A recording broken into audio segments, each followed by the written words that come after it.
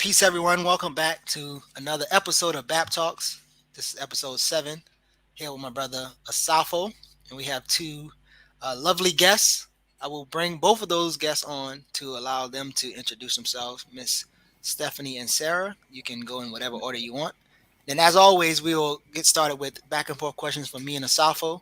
So, if you're watching on Facebook or YouTube, you can definitely type your questions in. Towards the end, we'll have give you opportunity for you to engage with the two lovely speakers. So go ahead and introduce yourselves. I'm Stephanie Southworth. I'm a senior lecturer of sociology at Coastal Carolina University. And I'm Sara Brallier. I'm a professor of sociology at Coastal Carolina University. So we're delighted to have both of you on. So today our topic of discussion will, the title of our episode is The American Dream, Bootstraps, and Public Policy. So we're going to be discussing a convergence of things. So both of you have done a lot of work with homeless populations, unhoused individuals. If you could explain to us, give us a little bit of a backstory about how you both got into this type of work. Go ahead, Sara. Well, just to be clear, Stephanie certainly is the leader in our research project. But one of the things we were interested in is understanding the unmet needs of individuals experiencing homelessness in our community. And it was Stephanie's great idea to, instead of going from a top-down approach, is to ask folks who are experiencing homelessness, what kinds of services are you using and what kinds of services do you need? And so that was where our research started. And to be honest, we initially thought that perhaps we could find problems that we could address, do a fundraiser, help them get access to items that they couldn't access. But instead, what we really found is that the majority of the problems that are faced by people experiencing homelessness in our community are structural. They are not going to be solved by a fundraiser. We are going to need things like transportation, affordable housing, well-paying jobs, access to medical care, access to mental health care, access to addiction services. And so it's been a really interesting and informative 5 years in which we've interviewed over 250 people experiencing homelessness in our community.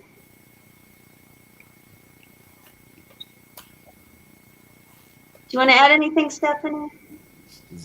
No, that's what we've been doing. We were able to help with some of the problems with transportation by putting together bike share programs in the men's shelter here in Myrtle Beach. We help other organizations supply them with bikes to give to their residents. But this is just like a Band-Aid. It's not something that's going to help get anybody out of homelessness. It might help some people get and keep jobs, but it's not going to fix the problem that is a public policy problem and a structural problem. So I want you to, each of you, if you have the opportunity to respond a little bit more to that. Backstage, we talked about financial literacy experts and gurus, because it's often stated that poverty is a result of individual characteristics, choices, mindsets, complacency, all these other things. And you even cover some of that in your research. But my question is, what do you hope this research that you have done, what do you hope it does to the people who are dealing with this, and how to address, confront, or even change American capitalism? One of the real goals of our research is to highlight the fact that poverty is indeed absolutely not a result of individual choices. It is everyone we've talked to are experiencing structural barriers to, in our research, becoming housed. But when we're dealing with poverty, most of it is a direct result of structural inequalities, unequal access to, from the very beginning of one's life, adequate health care, education, and then that, will certainly accumulate into unequal access to higher education and jobs. And we see those disadvantages accumulate over the lifetime. There's a theory of accumulated disadvantages, and the idea is if you start with disadvantages, they tend to build on one another over the life course. And so, by the time people are adults or older adults, they've accumulated disadvantages. So we see people who start off having more challenges than people who are born into wealthy or affluent families. And these people that we've talked to, some of them are some of the most hardworking people I've ever met. They've told us, I have a plate in my head and a broken leg and heart disease, diabetes, and I have to quit this interview. I have to go to work. And then they're working at a job for $8 an hour, and the county acknowledges you need $15 an hour to afford housing, even an efficiency apartment in this county. So with all these medical issues, they're getting up and going to work at a job that isn't enough to enable them to house themselves. It's impossible.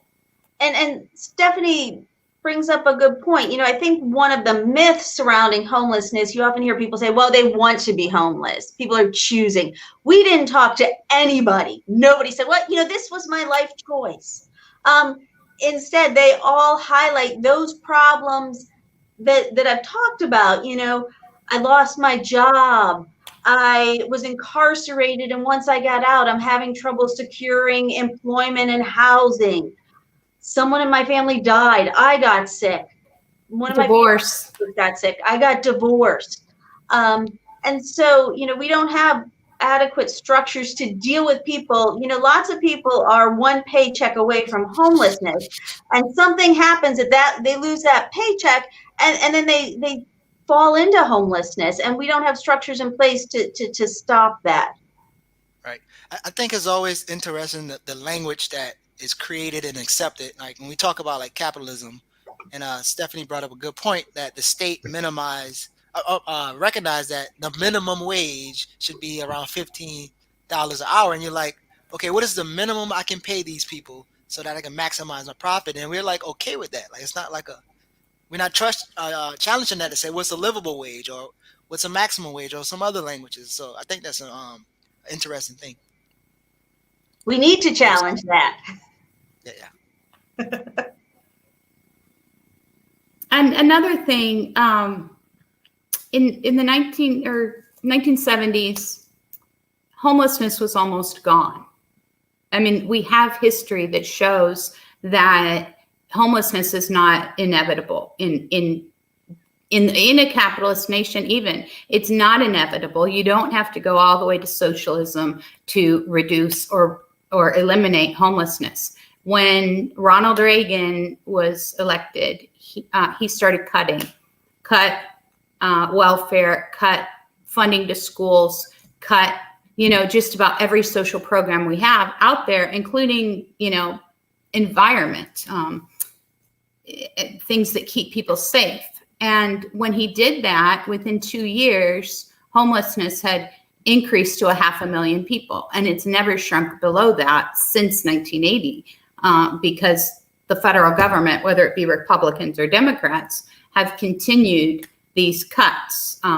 It's never, our social safety nets have never been back to where they were in the 1970s.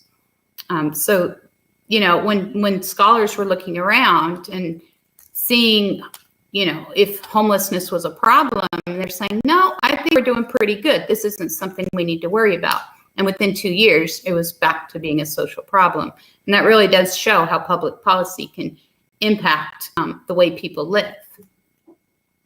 Because you can be poor and never become homeless. This is almost two different conversations. Just because homelessness had almost been eradicated didn't mean that poverty had. But you know, having a roof over your head is pretty important, whether you're poor or wealthy. So let's dig a little bit into the research that you both published in Sociological Imagination, and the title we have here on the screen: "The American Dream: Using Robert Merton's Strain Theory to Understand the Beliefs and Coping Responses of Homeless Individuals." So, tell us a little bit about what the American Dream ideal is, and what Robert Merton's strain theory is. And also, in addition to that, tell us a little bit about what you did for this research.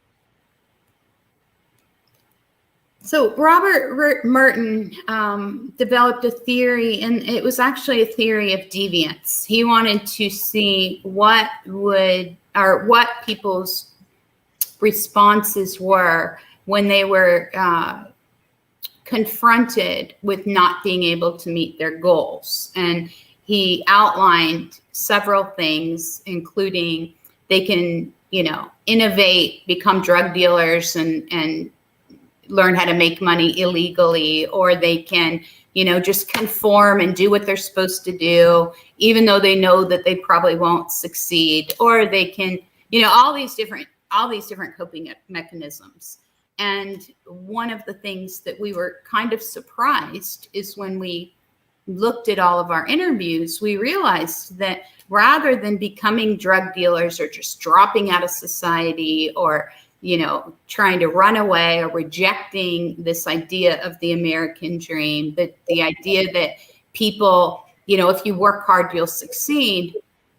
The 250 people we interviewed, almost all of them believed that as long as they just kept working, doing the right thing, following the rules, getting a job, blah, blah, blah, that they would end up being successful. And we asked people, where do you think you'll be in 5 years? And over 80% said, well, I'm going to live in a house, and I'm going to have a kid and a dog and a picket fence, and, variations of that theme. Like, here they were, with physical disabilities, with mental handicaps, with, working $8 an hour jobs. And still in 5 years, they were somehow going to pull themselves up by those bootstraps, even though many of them didn't have straps to begin with. Or boots. Or boots. Or boots. They believed very strongly. And we didn't tell them that this was, because it wasn't initially a study about the American dream. This theme just popped up, and we heard this over and over and over again, that they believed very strongly that everything was going to be fine as long as they just followed the rules.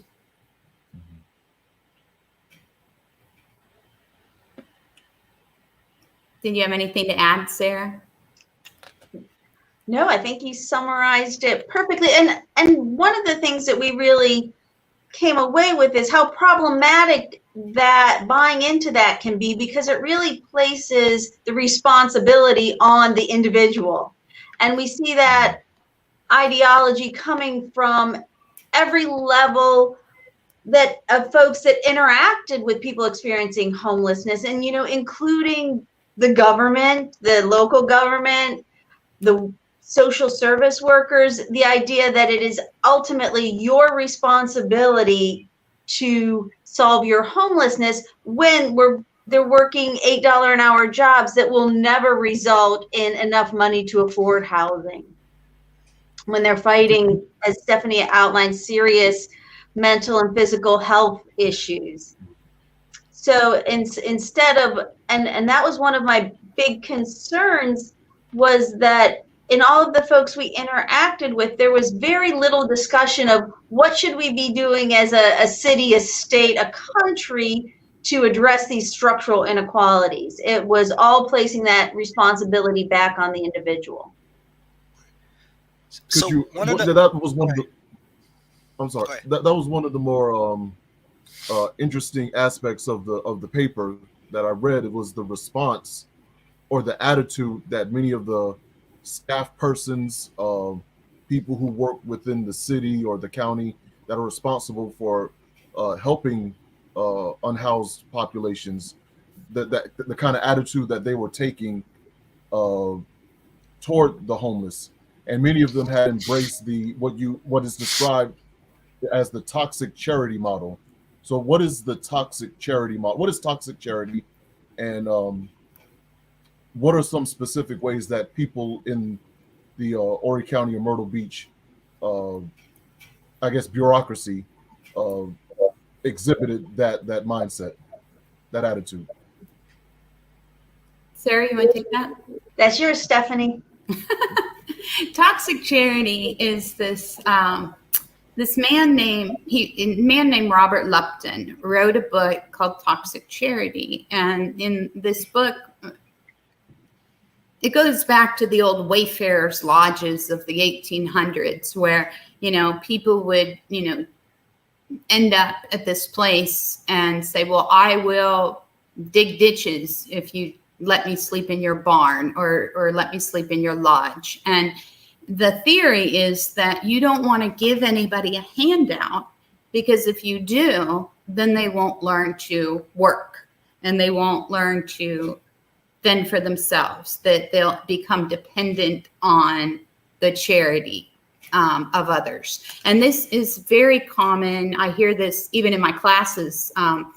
Students will say, and people in the public will say, "Well, I gave this guy $1 once and he didn't appreciate it," or "I gave this woman a glass of water and she didn't care for it."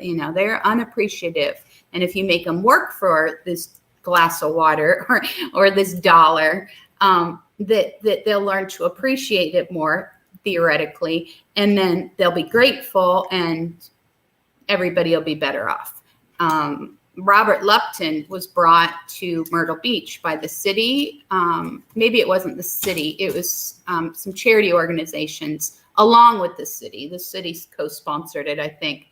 And he talked to all these charity organizations and about his book and his theory. And they were like, "Oh, yeah, that's the way we need to go."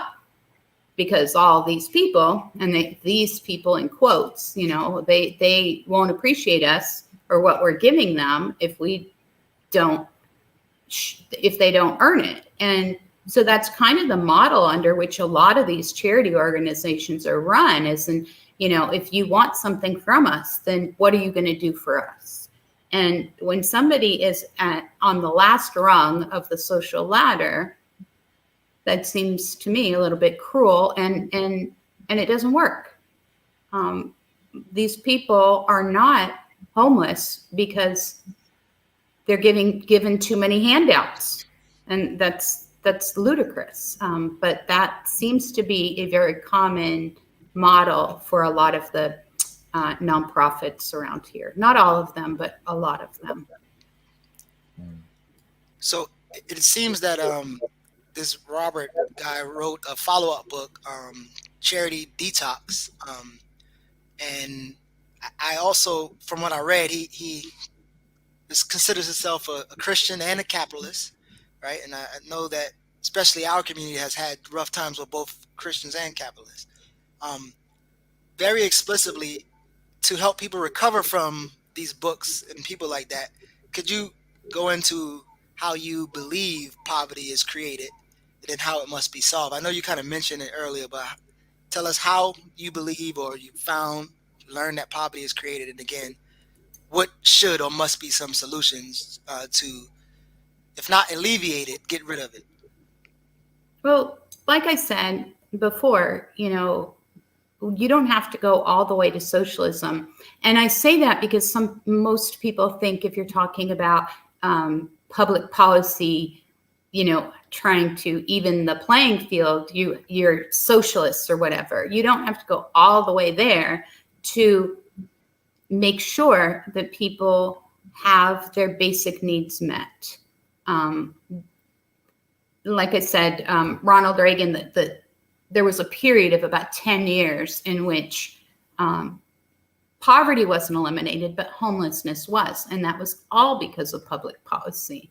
And what you see today is the minimum wage has not increased. It's not enough for people to afford housing and food and transportation and all the other stuff they need to live. The pharmaceutical industry is so involved in politics that, healthcare has become almost impossible, even for middle-class people to benefit from the system. Poverty and homelessness can be reduced dramatically with good public policy, with good social safety nets. And people are not going to sit at home and eat chocolate just because they have a social safety net that means that they can eat that week. They're not going to stop working because they're supported. Most of the welfare and other social programs are dependent on you showing that you're worthy, and it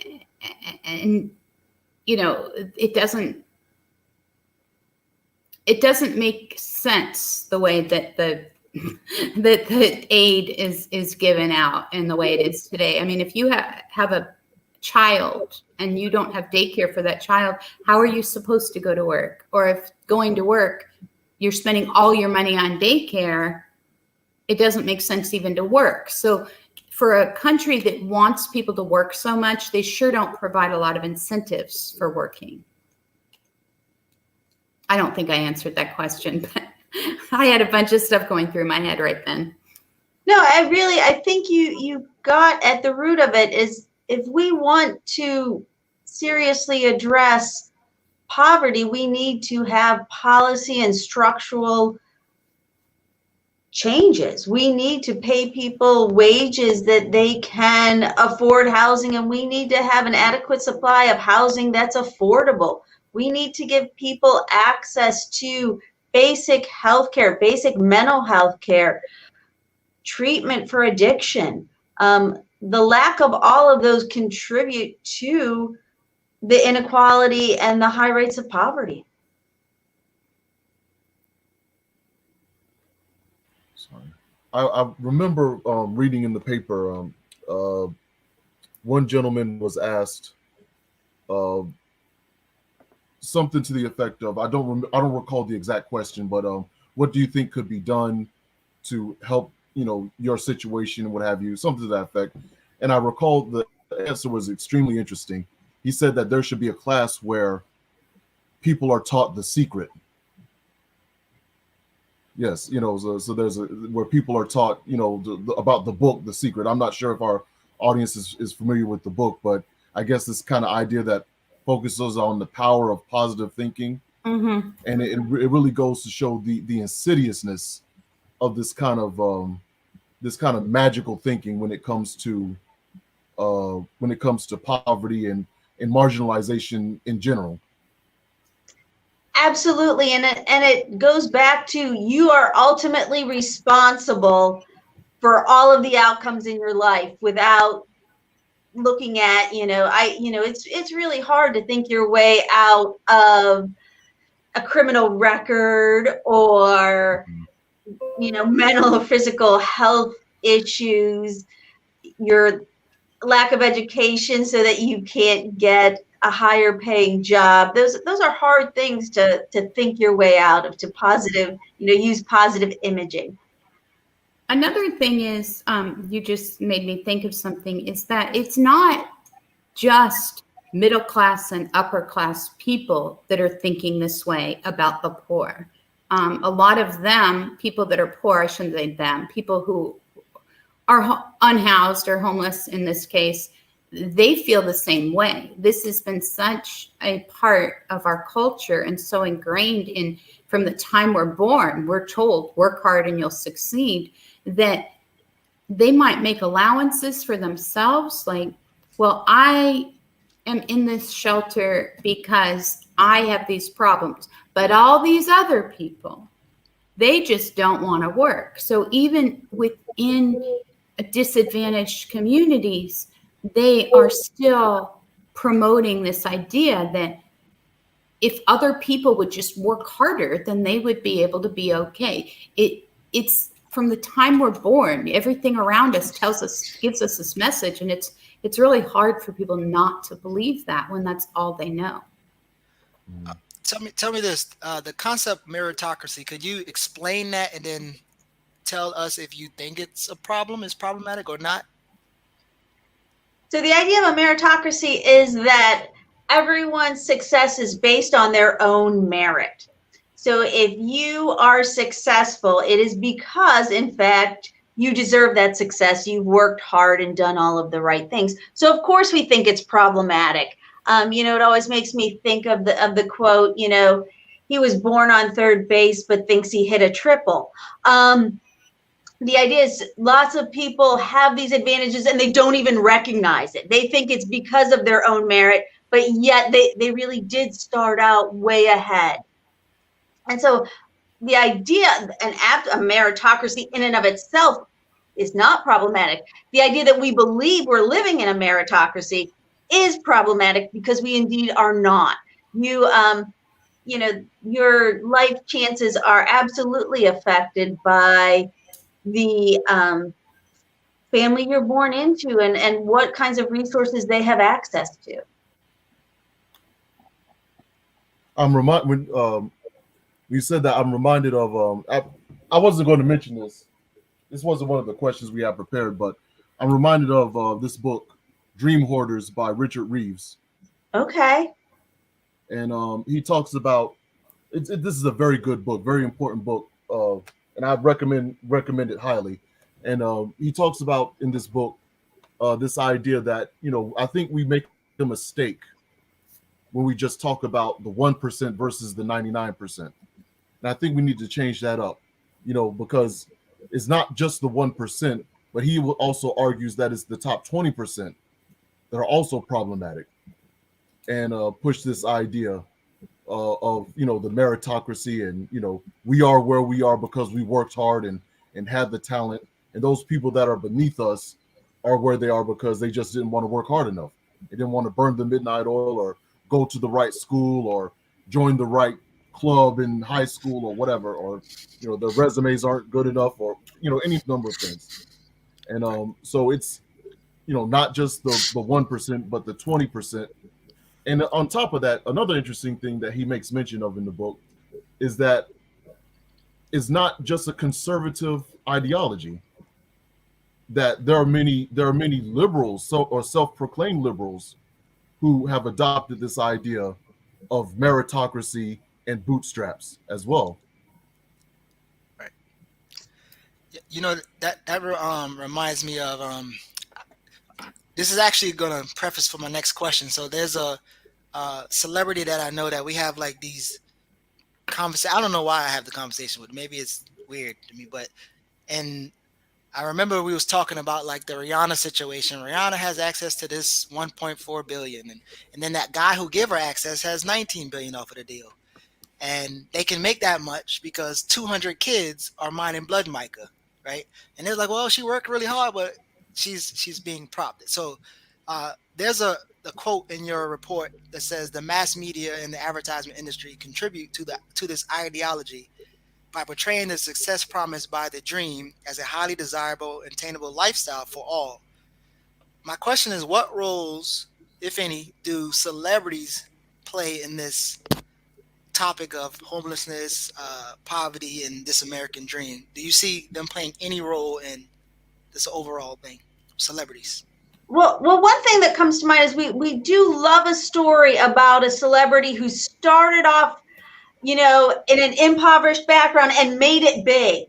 And we hold that up, and that's great, but we hold that up as if that is achievable for everyone. When it's really very much the exception to the norm, right? Lots and lots of people work hard at their art, their sport, whatever, and are quite good, but yet don't, make it to the show. They don't become famous performers. They don't become professional athletes. I keep waiting for a celebrity to say, well, yes, I was born in the trailer park, but because of this person I met and that person I met and all these supports I had around me, all these, people that helped me along the way, now I'm a millionaire or whatever. They don't say that. They even the ones that can see where they were born and how it affected all the people that are around them. They see that as an individual achievement and not a factor of luck. And a lot of it, so much of it has to do with luck. But when kids see that, they're like, I'm going to, be the next football player and make millions of dollars and be rich, or the actress or the singer, and don't see how many people had that same dream and did not win and the game of life.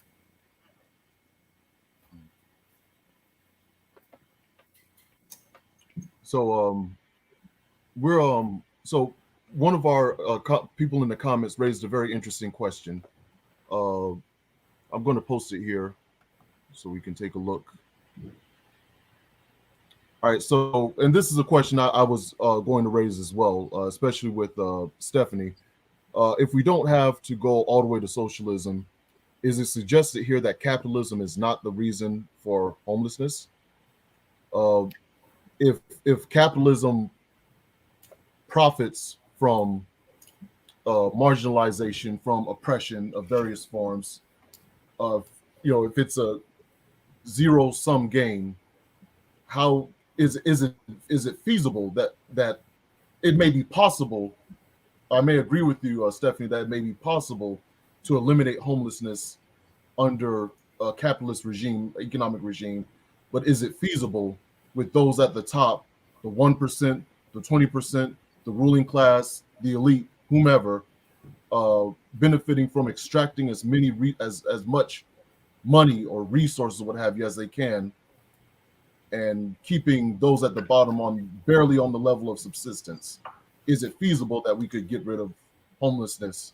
Well, the reason I said that, and I should have explained, I thought I explained why I said it, but the reason I said that is because the minute, with a lot of people, and it's probably not your audience, but the minute I say, housing is a human right and everybody, social safety nets, and I use those words, people say, oh, you're a socialist, that's bad. I love socialism. I would be happy to have a socialist economy. But it's shown, for those people that don't like that word or that philosophy of governance, we have shown in this country that in a capitalistic country, you do not have to have homelessness. It is not inevitable. And in fact, I think capitalism would be better off if everybody felt that homelessness was not something we wanted. We've had a capitalistic country for hundreds of years, and it's never been as unequal as far as wealth inequality as it is today. In the 1940s, I think there was the top tax bracket included one person, and it was Rockefeller, and he was taxed 90% of everything he made over $1 million. And we've gone from there to this crazy level of inequality in less than a century. So I wouldn't mind going back to a much lower level of inequality, but homelessness is not inevitable, even if in a capitalistic economy. No, it's not. Right. In the same way that literacy is a common good, right? In a capitalistic economy, we want to promote literacy and people going to school. But in that same capitalistic economy, we have good schools and bad schools. That's not inevitable either in a capitalistic economy. It's what we value and what we decide to do with our resources. And if the people in the top 1, 20, 25, 50% want to hoard their resources, that's not beneficial to the common good. I hope that answered that question. Yeah, I mean, even on the school point that you raised, I think under the capitalist regime, we're seeing that the very institutions that propped up American capitalism are being cannibalized by that very system. So we talk about public schooling and what have you, and how it's essential to, the furtherance of the American dream and the ideals that are espoused under capitalism. There are billions of dollars that are, used to fund American public schooling, and the ruling class wants it. And they're going to strip the schooling and strip funds any way that they can, even though this institution has propped up American capitalism. They want the short-term profit. So they're willing to destroy the institution for the short-term profit. And whatever, happens in the long run is what happens. They deal with it when it comes to that.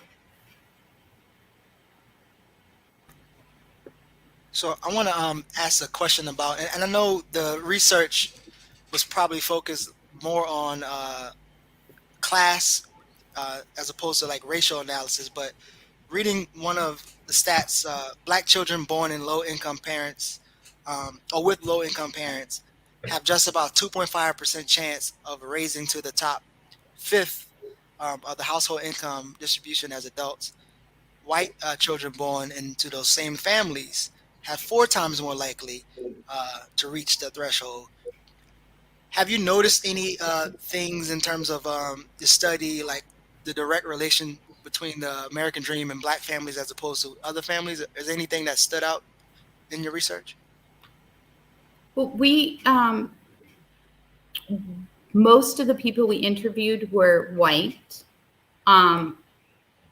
because those were the people that were most common in Myrtle Beach in the shelter. But we know that people who are Black are at much higher risk of homelessness than people that are white. That's just not this population here in Myrtle Beach. But there's reasons for that, and there's reasons for the disparate wealth. Housing policy and redlining that was made illegal in 1970 is still having effects now, years later. Redlining, meaning that there were neighborhoods, if you lived in it, you couldn't get a loan to move out, and you couldn't get a loan to fix up your property in. That meant that middle class and lower class minorities who were living in these communities ended up going to underfunded schools, which means that they didn't go to as prestigious colleges. If they went to college, they were more likely to be involved in the criminal justice system because of the school to prison pipeline. All of these things have affected these wealth gaps today and have created a system where whites are much less likely overall to end up being homeless than minorities. And that's not an accident.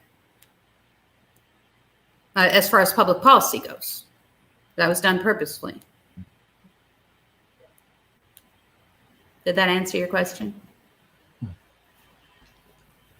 Yeah, it did. And just to offer a bill onto that, the other stat that was in there, I think it was the 2017 Pew Research, when they're saying how white families were more likely than Black families. So it was from 41% white and 17% Black and 32% Hispanic to say that they've achieved the American dream. And then also you have a part about where they're saying that they are on their way to achieving it.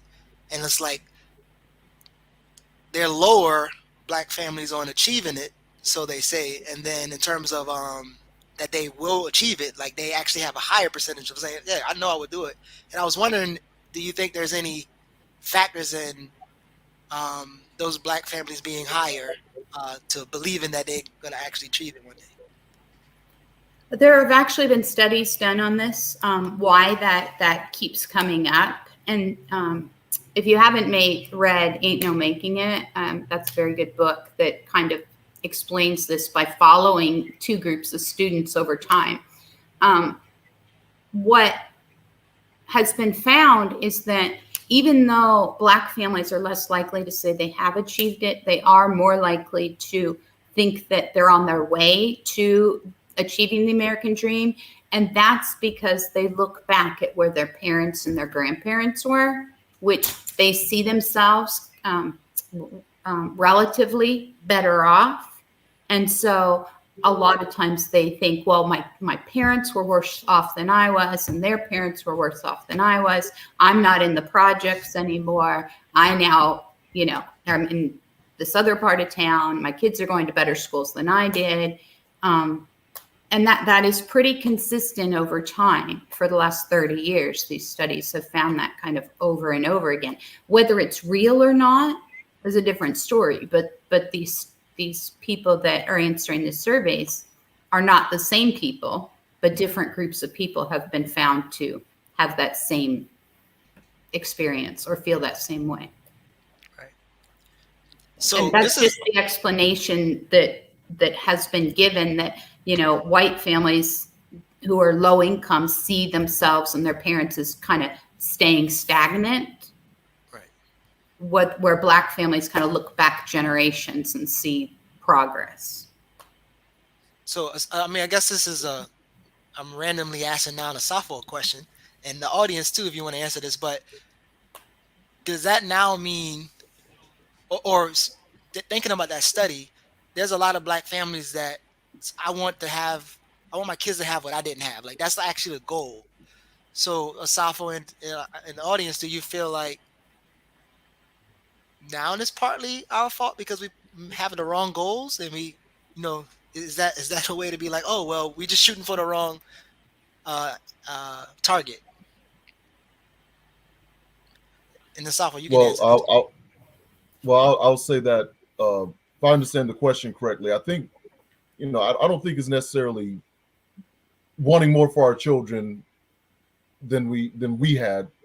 I think it's fine. I think we look at when we say something like that, I think we look at it from an individualist perspective. I would say that I would want, we don't look at, we rarely, if ever, look at it from a societal perspective. We don't look at it from the standpoint of, okay, according to the Malcolm X grassroots movements report that came out years ago, a Black person is gunned down by a police officer or a vigilante or a self-appointed security officer, whoever, one every 28 hours. Okay. I don't want that to be the case when my son grows up. So I want to be able to have my son growing up in a system where that's not happening. Whereas it's happening now, I want to do whatever I have to do to pass down a system or pass down, reality to my son where he's not, subjected to extrajudicial killings or extrajudicial, targeting from the police or whatever like that. I want to be able to, that's something I want to pass down to the next generation. Or I want to be able to say that we should, have our children living in a society whereas we had to deal with lead tainted water in Flint and these other places, we should have it where our children don't have to deal with that, where they have clean water, where they have access to affordable housing, or even housing as a human right, where they have access to, economic justice, food sovereignty, all these other things. I think when we talk about wanting more for our children than we had, during our time, we look at it from an individual perspective and not really look at it from a societal perspective. I think you make a good point. I don't think it's mutually exclusive. I can want my son to have a better life than I do, but I can also want all people of his generation to not face the same challenges. So I think you've made a very good point.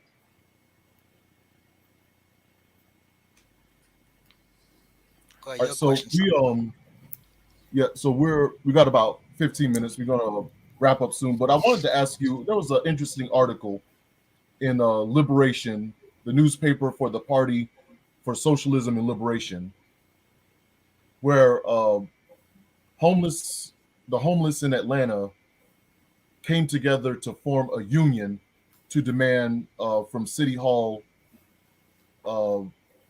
more, economic justice and housing rights and things like that. And it's a very interesting article that I would recommend, our audience take a look at. It's in the Liberation magazine. In fact, we'll, if I have the time, I'll post the link in the chat.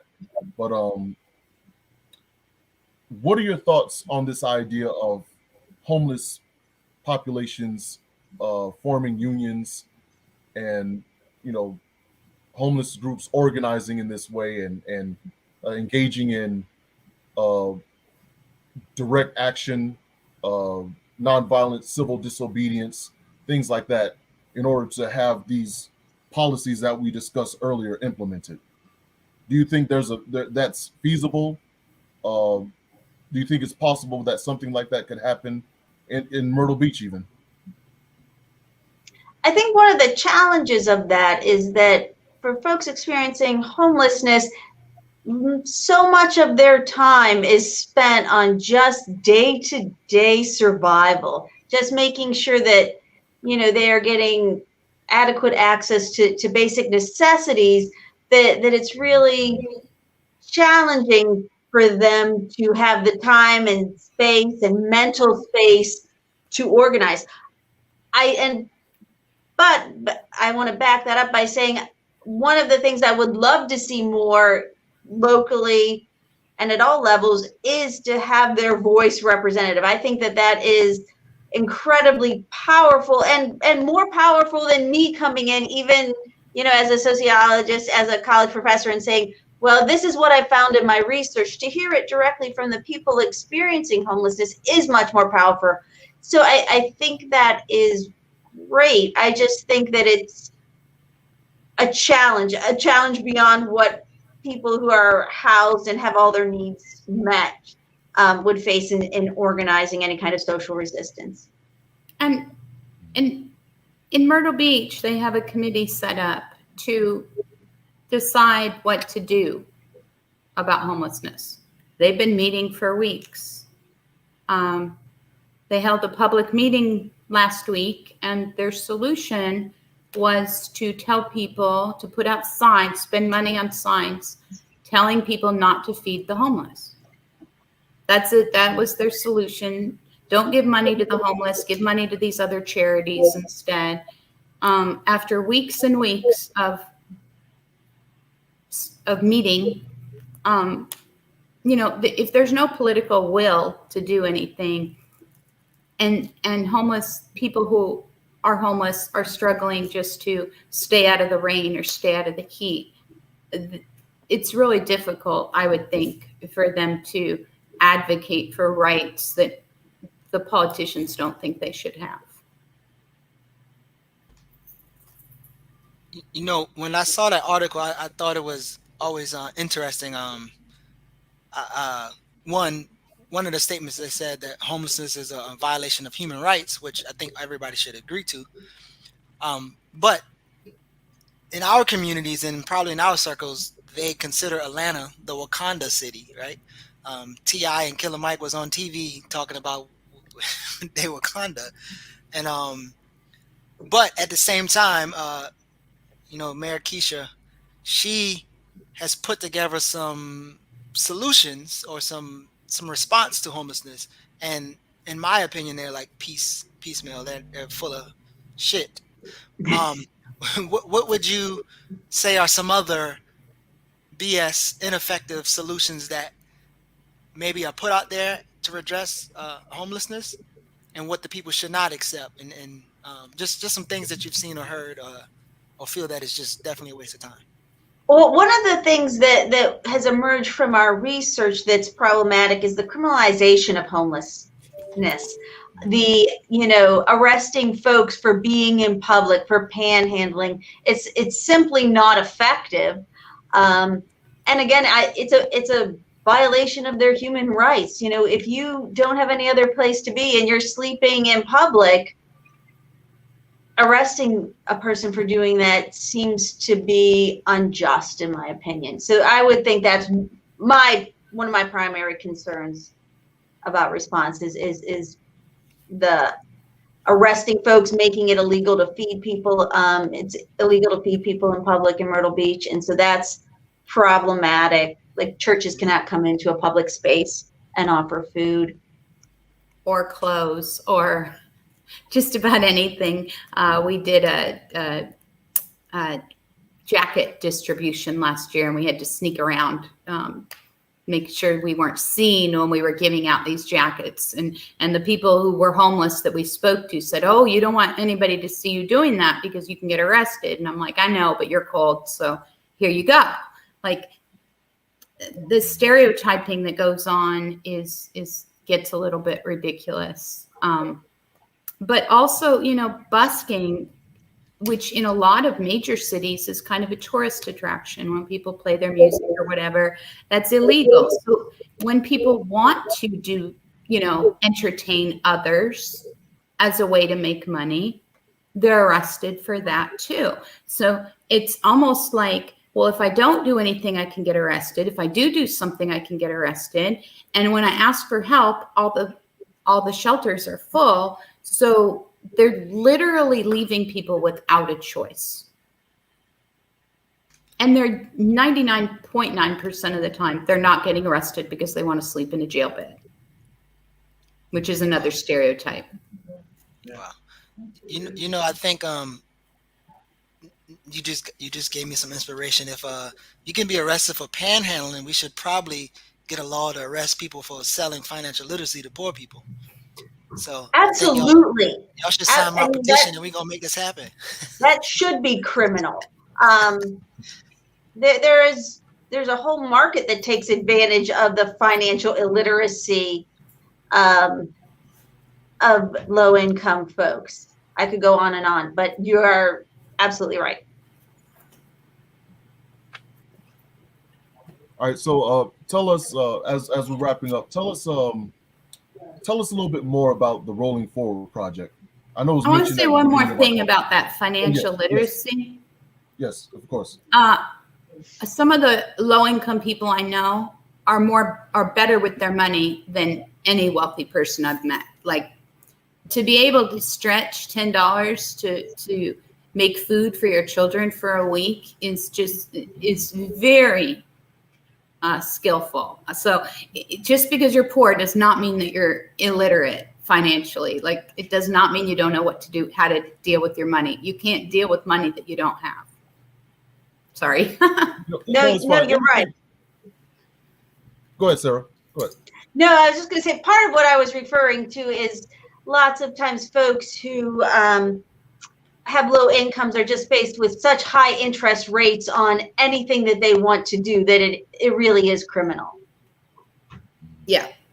And then it begins a cycle where you just can't get out of it because you're paying such high interest.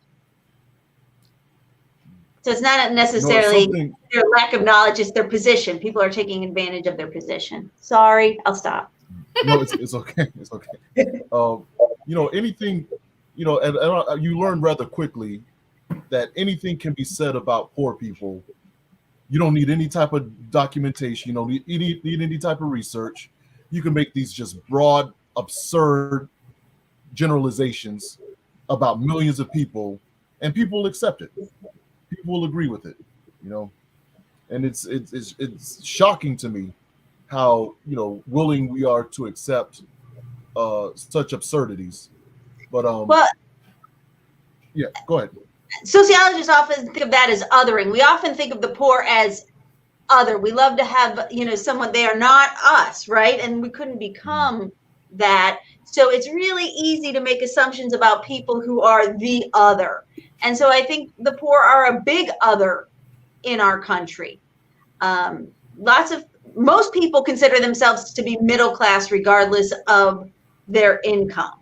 And so when they talk about the poor, they are often thinking they're talking about the other. And as Stephanie talked about in our research, even among folks who are at the same place, living in a homeless shelter, they're going to other people who are in some way different from them.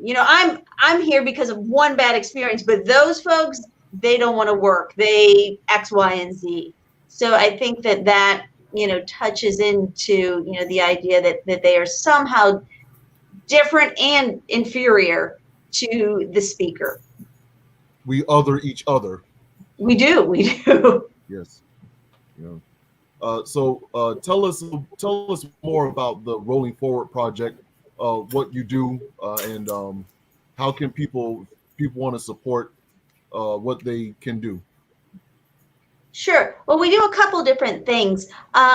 We began as a bike share program in which we accepted donation of bikes from the community. Coastal Carolina donated a number of bikes, and we started that way. But we've also have at the Shepherd's Table, we have a giving wall in which we help folks get access to basic hygiene kits and other necessities that you don't often want to ask someone for. You don't want to ask someone for soap, for sanitary items. And so we have a wall hanging there in which we hang them, and people can go if they need something, they can take it off. And we'd like to expand that. We're going to be talking with some other groups about having walls at those places as well. And a big component of it too is that we try and do good research where we highlight the needs of people experiencing homelessness or food insecurity and try and bring that into the public like we are doing right now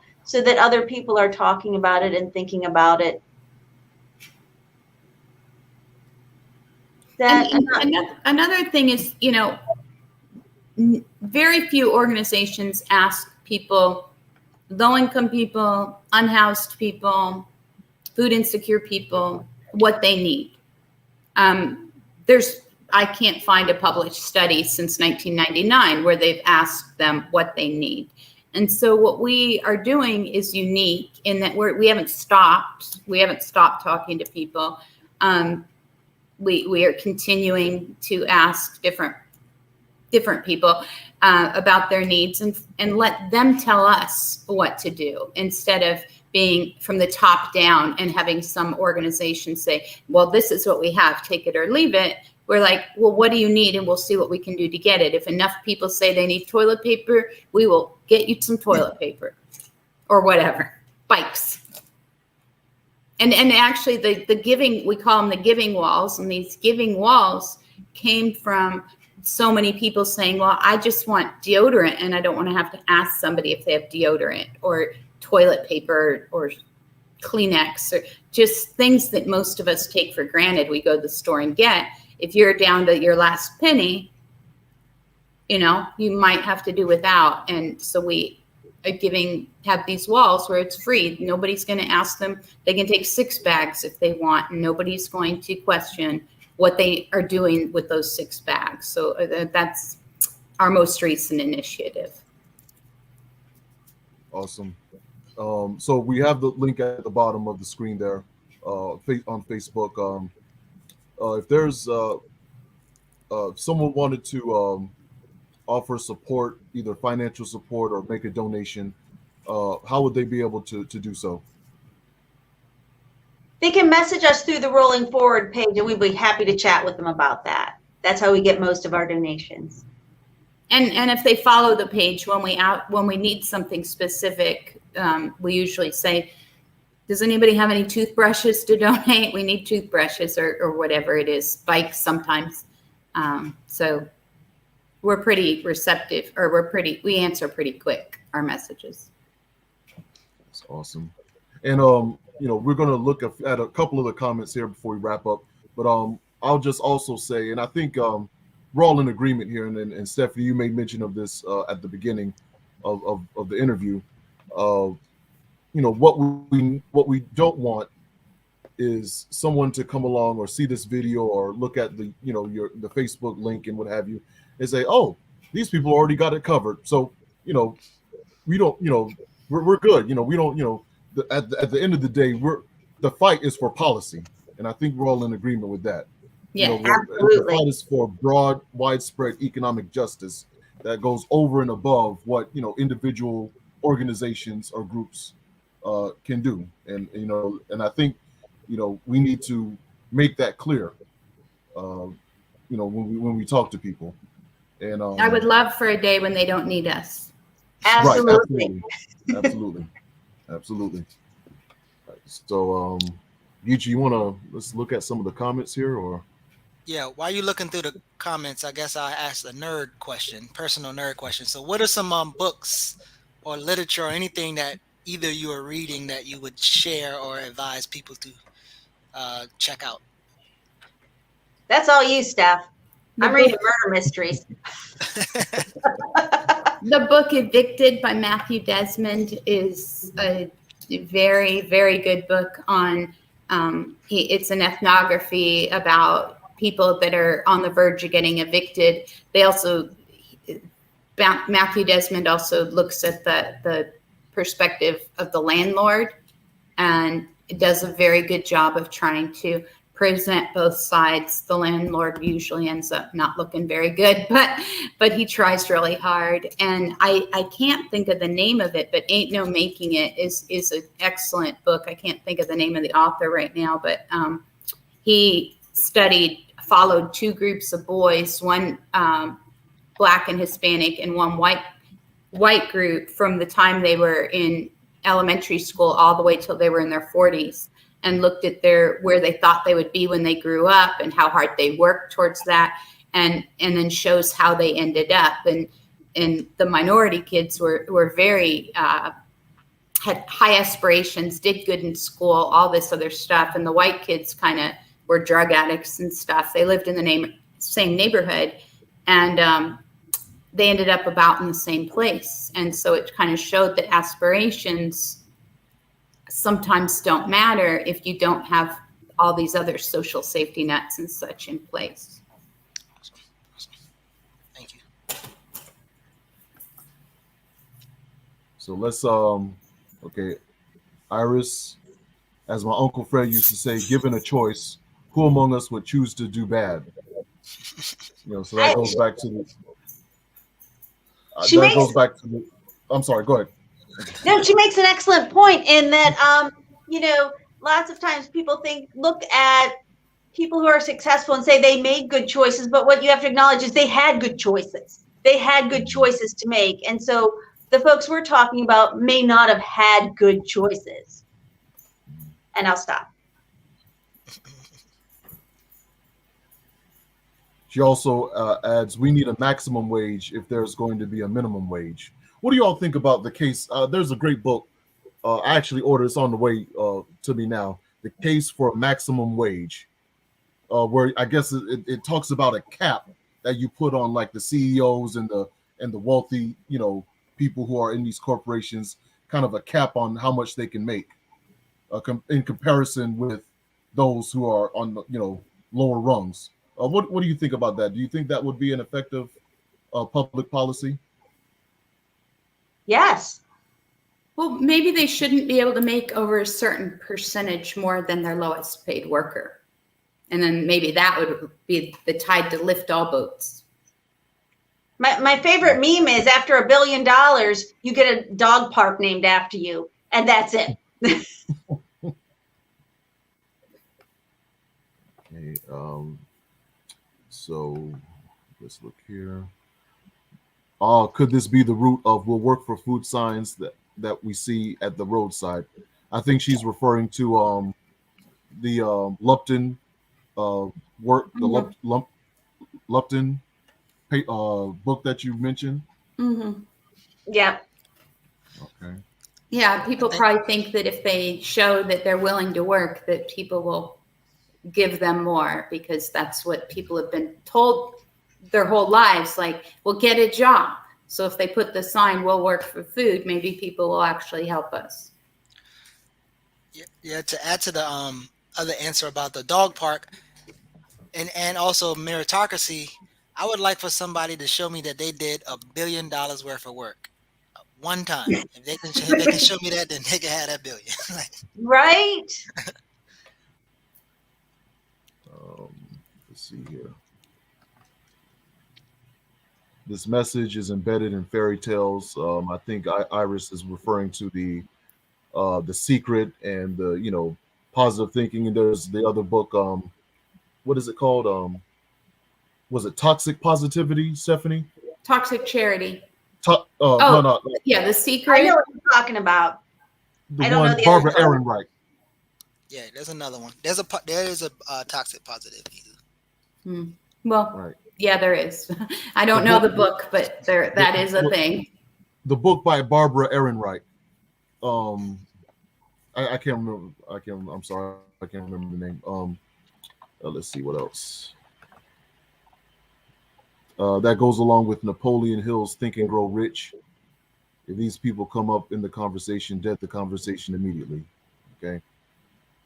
So again, we're going back to this idea of, we're going to ignore all of the data, all of the research, all of the empirical evidence, all of the ethnographies, everything. Oh no, just get the secret. You'll be fine. You're not thinking positively enough. So I think that's it. So that's it for the comments. So with that said, we're gonna go ahead and wrap up. Are there any final remarks that Sarah, you or Stephanie want to make as we close out? I just wanted to thank you for inviting Stephanie and I to talk with you today. I really enjoyed it. Oh, I'm sorry. Go ahead, Stephanie. I got one last question after you say what you're going to say. Thank you. Okay, so what can we expect from you, both of you, in the future as far as research or publications or anything like that? Well, we're currently working really hard on a book that'll outline the findings from our research, and again, as I mentioned at the beginning, one of the things we really want to highlight is the need for a shift to look at homelessness through a structural lens, to really see the structural barriers that are in place and a call to action to try and address them in a meaningful way. Once that book is published and available, of course, we'd love to have you both back on. You have an open invitation to Barter and Build Talk. Okay. Thank you. All right. Thank you so much. Thank you. We want to thank our audience. We want to thank our audience and show our appreciation to our audience for sticking with us. Feel free to like, share, subscribe to our YouTube channel. Find us on Facebook at Barter and Build Think Tank. Become a member of our Barter and Build Think Tank study group. View the lectures and the panel discussions that we have on our channel. And we say peace. Thank you for listening. Peace, everyone. Thank you. Thank you.